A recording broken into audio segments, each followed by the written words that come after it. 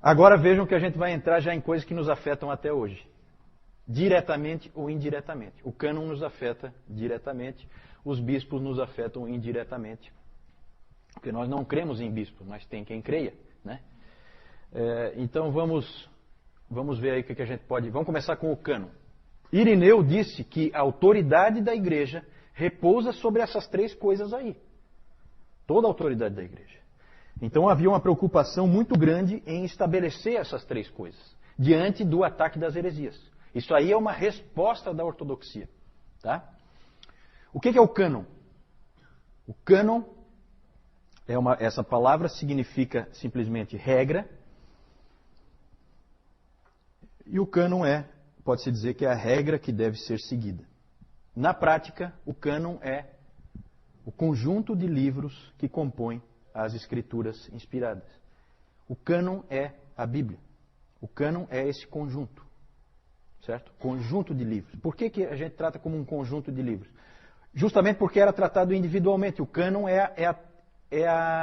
formar o conjunto. É escolher quem entra e quem fica fora. Por quê? Como eu disse antes, desde o início o Antigo Testamento era a escritura cristã, já estava estabelecido, isso nunca foi discutido. O único que discutiu foi quem? Exatamente, o Márcio. Ele está indignado lá. Ele achou que tinha acabado. Ele queria que não voltasse mais. Mas como é uma reação, nós temos que citar, né? Como é uma reação. Sim. Essa foi boa, né?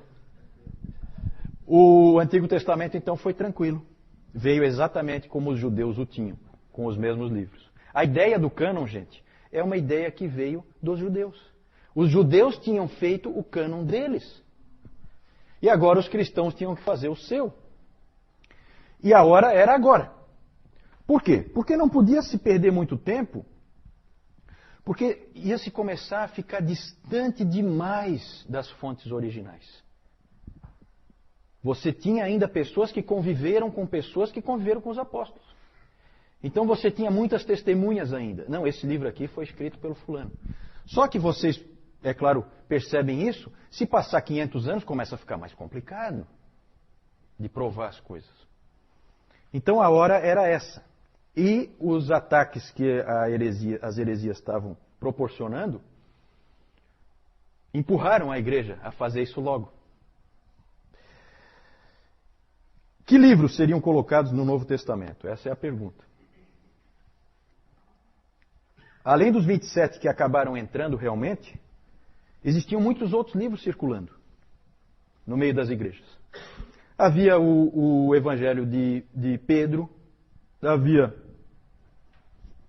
o Didaquê, a primeira carta de Clemente aos Coríntios, a própria carta de Policarpo aos Filipenses. Havia dúvidas em relação a essas obras. O Pastor de Hermas. E a situação era tal, diante das heresias crescentes, que era urgente fazer alguma coisa. Vejam bem, gente, olha só. O gnosticismo estava produzindo livros falsos, assinando com o nome de apóstolo. Né? Olha como isso aperta. O Marcion estava dizendo que tudo isso aí não é inspirado. Estava jogando fora os livros válidos. E o Montano estava dizendo que não tinha terminado a revelação. Ele tinha mais coisinha para falar. Né? Deus continuava falando, como falou com Paulo, continuava falando através dele. Então vejam que as três heresias apertam em direção ao cânon. Percebem isso?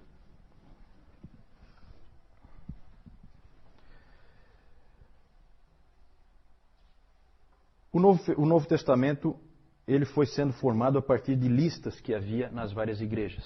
É interessante essa coordenação das igrejas. Uma igreja, essa coisa da igreja católica é uma coisa muito interessante, uma coisa bonita, porque eram igrejas em lugares completamente diferentes, numa época em que a comunicação não era tão fácil como é hoje, e elas se coordenavam. E um tinha uma lista, o outro tinha uma outra lista. Aí um dizia assim, ah não, mas eu tenho aqui na minha lista, eu tenho o pastor de Hermas. O que você acha, ô Moisés, você que é bispo lá de Alexandria, o que você acha do pastor de Hermas? O pastor de Hermas, eu acho que lá na minha igreja nós não aceitamos como autoritativo, não. Poxa, mas eu achava que era. Começou esse tipo de troca, sabe? Várias listas existiam. Se convencionou dizer que o cânon estava definitivamente constituído com o estabelecimento da lista de Atanásio, que foi um pai da igreja, que foi em 367, e ele pegou e deu a lista que acabou sendo a lista que nós temos hoje. Mas, na verdade, isso é consenso, tá?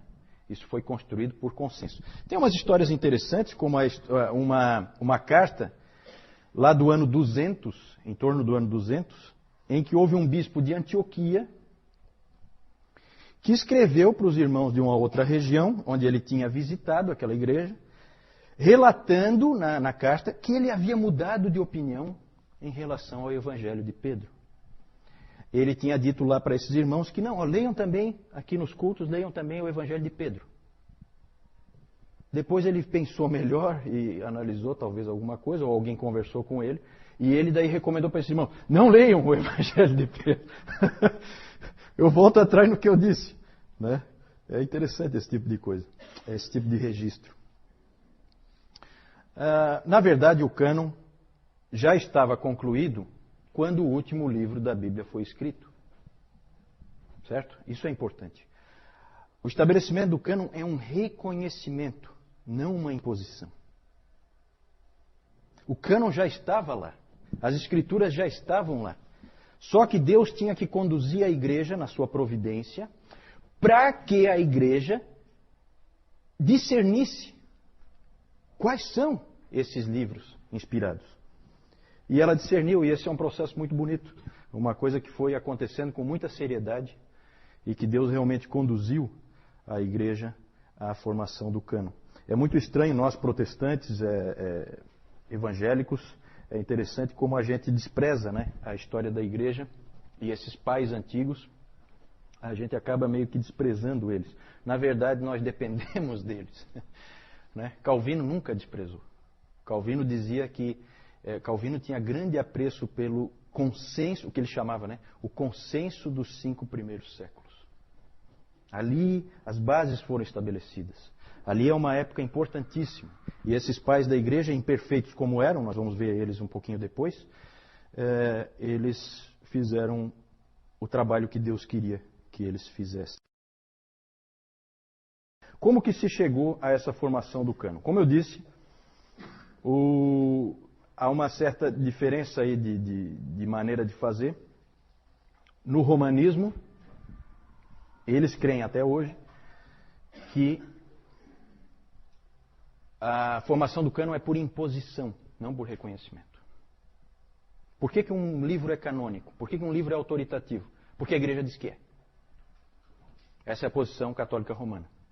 Ele é canônico porque a igreja disse que ele é. E isso deu a ela a possibilidade, essa crença, nessa doutrina, de que a formação do cânon é por imposição da igreja, deu margem a que ela pudesse alterar o cânon. E como ela alterou no Concílio de Trento no século XVI. Né? Ela podia alterar porque é ela que diz se é canônico, se não é, a hora que ela quiser. Nada impede do Bento XVI e companhia eu colocar algum livro agora ali, um livro que ele mesmo escreveu e tal, e dizer, não, esse livro aqui é inspirado por Deus, diretamente. Pode. Claro que isso não acontece pelo seguinte, a Igreja Católica tem um pavor de mudanças. Ela tem um medo de instabilidade gigantesco. Não pode gerar instabilidade. Ela tem que permanecer sempre igual, que é para não gerar instabilidade, que daí cai a casa. No caso do protestantismo e dos evangélicos, sempre foi visto a definição do cânon como um mero reconhecimento. O cânon já estava lá, só precisava ser visto. O Dr. Warfield, B.B. Warfield, ele usou uma ilustração interessante. Ele fala que as escrituras, o cânon, eles são a rodovia, a estrada. E a igreja é a placa. A colocação da placa não gera a rodovia. A rodovia sempre esteve lá. Certo? O colocar a placa ou não muda a existência da rodovia. Mas a placa ajuda. E foi isso que a igreja fez. A igreja, na verdade, encontrou quais eram os livros. E isso foi feito, para a gente concluir, vamos terminar falando do cânon. Como que ela definiu esses 27 livros? De uma maneira muito interessante. Pela evidência externa e pela evidência interna. A externa sempre mais importante. Eles chegaram à conclusão que inspirados eram os apóstolos e os profetas. E que o que eles escreveram veio de Deus. Então bastava você localizar um texto que todo mundo sabia que era um texto escrito por um apóstolo, e esse texto, então, entrava no cânon. E foi assim que foi feito. Todos os textos existentes, claro que tem alguns perdidos, como uma das cartas de Paulo aos Coríntios, não se sabe onde é que essa carta foi parar. Não existe cópia, a igreja não tinha cópia, então foi da vontade de Deus que aquela carta específica não fosse incluída e ela desapareceu. Mas esse era o primeiro critério. E aí hoje o Nilton falou um pouco sobre isso, né? E eles ampliaram um pouco também para pegar aquelas pessoas que conviveram com os apóstolos. Certo? E aí por isso que entraram outros livros, como escritos por Lucas, escritos por Marcos, né? Outros livros acabaram entrando também, por evidência externa. Tinha que ter autoridade apostólica. O segundo princípio era a evidência interna. Tinha que ter coerência no texto em relação ao restante das Escrituras. Tinha que fechar, tinha que haver uma correspondência. Isso eles buscaram também. Eles fizeram essa checagem. Um exemplo muito interessante é o do livro Pastor de Hermas. Só para a gente ilustrar, tá? O Pastor de Hermas tem até um artigo numa revista de história cristã, em que eles põem assim, o Pastor de Hermas, o livro que quase entrou no cânon. Esse aí ele chegou perto. Teve outros livros que chegaram perto, tá? Esse livro, o Pastor de Hermas, ele foi analisado dentro desses critérios e ele foi reprovado. Por quê? Evidência externa. Esse livro foi escrito no II século por um indivíduo romano chamado Hermas, que não tinha, até onde se sabe, relação nenhuma com nenhum apóstolo. A própria época em que foi escrito já indicava isso. Então, a evidência externa era ruim. E a evidência interna era ruim também. Ele era um livro, e as pessoas perceberam, analisando o livro, eles perceberam que era um livro preocupado com penitência, com arrependimento, e principalmente ele definia quantas vezes você pode ser perdoado pela igreja. Tudo aquilo ali soava estranho, não batia com o restante das Escrituras, não fechava com o ensino bíblico, e então a maioria dos pais da igreja viu que... E ele tinha bons defensores, Irineu, Clemente de Alexandria, Tertuliano defendeu por um tempo, depois mudou de ideia, achou que não encaixava. E ele também tinha umas visões esquisitas a respeito da doutrina da Trindade. E aí ele não passou nem pela evidência externa e nem pela evidência interna. Rejeitado. Rejeitado, não faz parte da Bíblia. E certamente ele teria definido outras doutrinas e teria modificado o cristianismo. Certo? Nós vamos ver que coisas esquisitas aparecem, mesmo a gente não tendo esse tipo de livro no cânon. Né? Mais para frente nós vamos ver todo tipo de esquisitice aparecendo na igreja, que criou uma série de problemas. Então é isso, o cânon foi definido assim. Alguma pergunta a respeito do cânon?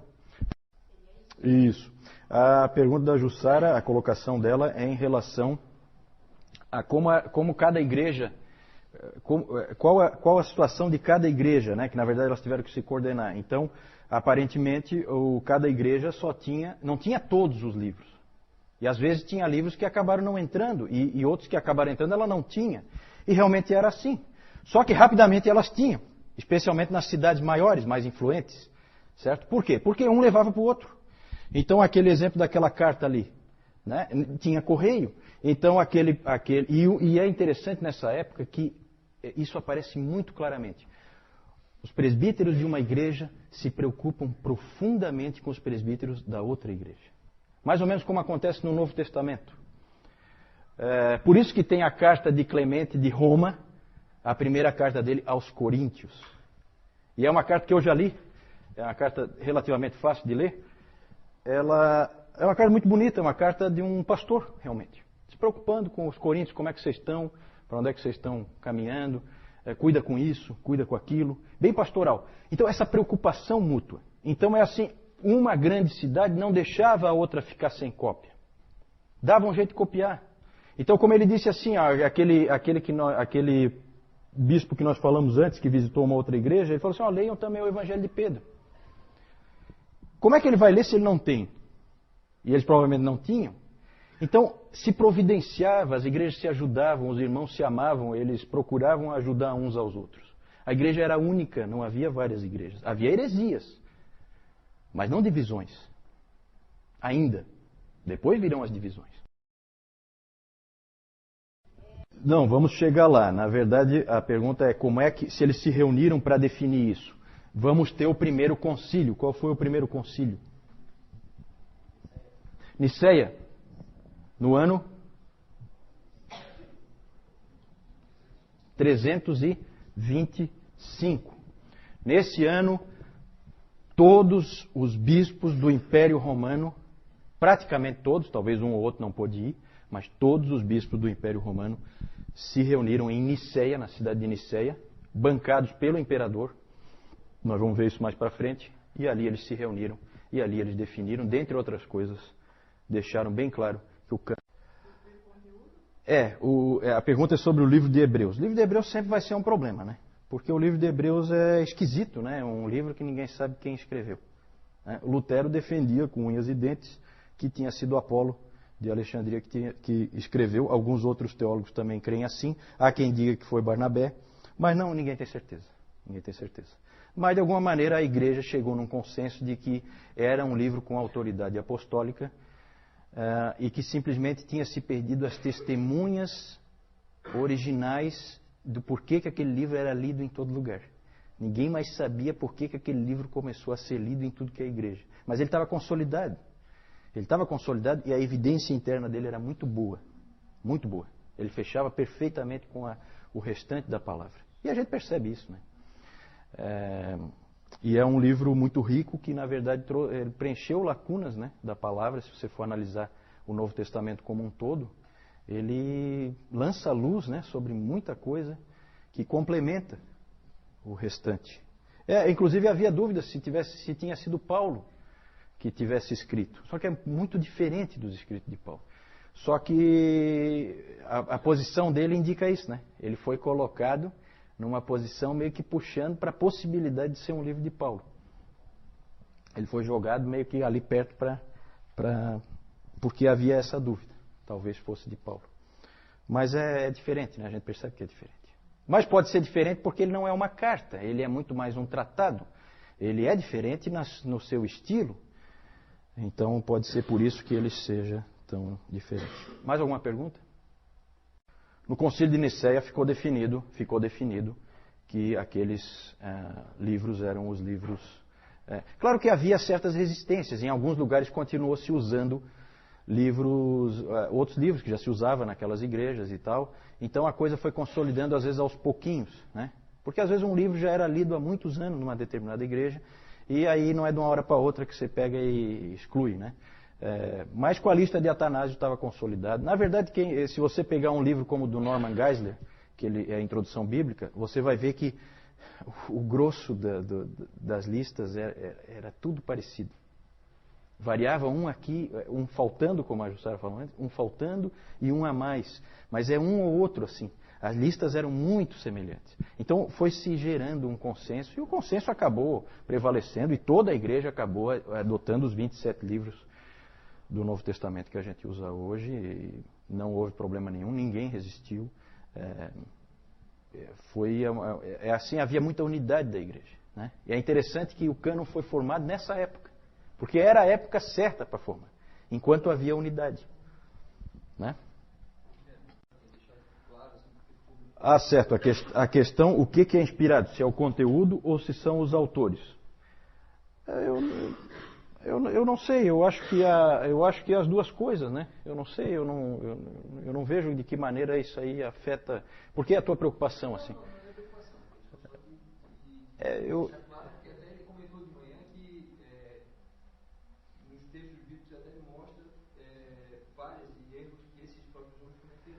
Ah, sim, tu queres dizer assim que um determinado escrito de Paulo podia ser inspirado e o outro não. É isso que tu queres dizer? Não? Certo. Talvez eu me expressei mal. Talvez é melhor a gente falar que as escrituras eram inspiradas, então aquele texto. Não, ótimo, ótimo. Não, foi boa a tua. Foi boa a tua. Eu acho que fica melhor. A gente coloca que as escrituras foram inspiradas, aquele texto foi inspirado por Deus no autor. E o autor, então, colocou, né? Ele não tinha consciência de que ele estava fazendo isso, não é um ditado, né? Mas ele estava escrevendo a palavra de Deus, né? Isso eles tinham bem consciência, né? Obrigado por essa correção, acho que é importante.